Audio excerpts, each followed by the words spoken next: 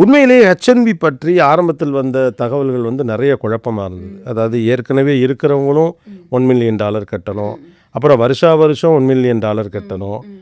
இல்லை அப்புறம் பார்த்தா நான் கேள்விப்பட்டேன், நான் இந்தியாவில் இருக்கிறப்போ நிறைய பேர் ஏர்போர்ட்டுக்கு வந்தவங்கலாம் கூட ஊருக்கு போனால் திரும்ப முடியாதுன்னு திரும்பி வந்துட்டாங்க அப்படின்லாம் சொன்னாங்க. உண்மையிலேயே இப்போ வந்திருக்கக்கூடிய இந்த புதிய தகவல்கள், ட்ரம்ப் அறிவித்திருக்கக்கூடிய விஷயங்கள் இருக்குல்ல, அது ஹெச்என்பி பற்றி என்ன சொல்லுது? அது வந்த தகவல் படி ஃபஸ்ட்டு வந்து $100,000 நீ விசா இருந்தது இல்லை, நீ போர்ட் ஆஃப் என்ட்ரியில் யூஎஸில் வெளியில் இருக்க, நீ உள்ளார வரணும்னா $100,000 நீ கொடுக்கணும் அப்படிங்கிற மாதிரி இருந்தது. ஸோ ஒய்ஃபு பிள்ளைங்களெல்லாம் இங்கே விட்டுட்டு இந்தியாவில் வந்து அப்பா இருந்துட்டு போனவங்கலாம் இருக்காங்க. அவங்களுக்கெல்லாம் என்ன பதில் நீங்கள் சொல்கிறீங்க, என்ன சொல்ல போகிறீங்க, எதுவுமே புரியல.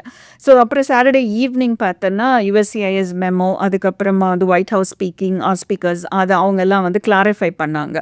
இல்லை, இது வந்து நியூ H1B இனிமேல் வந்து பண்ணக்கூடியவங்களுக்கு இன்ன வரைக்குமே, இப்போ நம்ம பேசுகிறது வந்து அக்டோபர் மாதத்தில் 1 மாதம் ஆயிடுச்சு, இப்போ வரைக்குமே பெரிய கிளாரிஃபிகேஷன் இன்னும் இந்த $100,000 இல்லை. இதில் என்ன கிளாரிட்டி இல்லையா? 100% இல்லை. ஆனால் இது வரைக்கும் நாங்கள் ஃபைல் பண்ணிகிட்டே இருக்கோம். இப்போது வெளியில் இருக்கிறவங்க உள்ளார வந்துட்டாங்க, ப்ளஸ் ட்ரான்ஸ்ஃபர்ஸ்ன்னு சொல்லுவாங்க இல்லைங்களா, H1B ட்ரான்ஸ்ஃபர்ஸ், அதெல்லாம் பண்ணி முடிச்சாச்சு.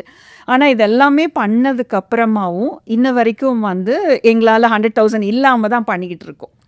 இப்போ அதாவது புதிதாக வருபவர்களை தவிர பழையவர்களுக்கு H1B ட்ரான்ஸ்ஃபர் பண்ணுறதுலையும் அந்த $100,000 கிடையாது. அதே மாதிரி ஊரில் ஒரு H1B காரர் இருந்தாருன்னா உள்ளே வர்றதுக்கும் இல்லை.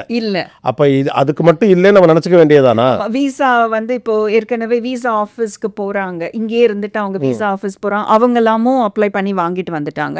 ஸோ இப்போ என்ன நாங்கள் பார்க்குறோம் அப்படின்னா, இப்போ நியூ H1Bன்றது வந்து அடுத்த 2026 ஃபைல் பண்ணுவோம் நாங்கள். ஸோ அந்த நேரத்தில் தான் this is going to be applicable. அப்போது வர்றதுக்கு சான்சஸ் இருக்குது அப்படிங்கிறது தான் இப்போதைக்கு எங்களுக்கு உண்டான புரிதல்.